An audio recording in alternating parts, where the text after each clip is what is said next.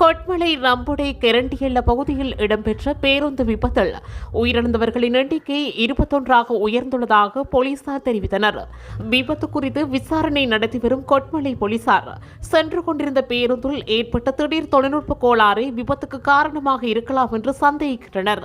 கதிர்காமத்திலிருந்து குருநாகல் நோக்கி சென்று இலங்கை போக்குவரத்து சபைக்கு சொந்தமான பேருந்து ஒன்று நுவரேலியா கம்பளி பிரதான வீதியில் கொட்மலை ரம்புட கெரண்டியல்ல பகுதியில் சுமார் 100 அடி பள்ளத்தில் விழுந்து விபத்துக்குள்ளானதில் அதில் பயணித்தவர்களில் 21 பேர் உயிரிழந்ததாக போலீசார் தெரிவித்தனர். இந்த நிலையில் உயிரிழந்த 21 பேரின் உடல்களும் கொட்மலை பிரதேச வைத்தியசாலையில் வைக்கப்பட்டுள்ளது. இந்த விபத்து இன்று அதிகாலை 4:30 மணியளவில் இடம்பெற்றது. இந்த பேருந்தில் சுமார் 75 பயணிகள் இருந்ததாக போலீசார் தெரிவித்தனர். விபத்தில் காயமடைந்தவர்கள் கொட்மலை பொது வைத்தியசாலை, நுவரேலியா மாவட்ட பொது வைத்தியசாலை, கம்பளை மற்றும் நாவலப்பட்டி ஆகிய வைத்தியசாலைகளிலும் அனுமதிக்கப்பட்டு சிகிச்சை பெற்று வருகின்றனர். மேலும் காயமடைந்தவர்களில் பலரின் நிலை கவலைக்கிடமாக உள்ளது என தகவல்கள் வெளியாகியுள்ளது.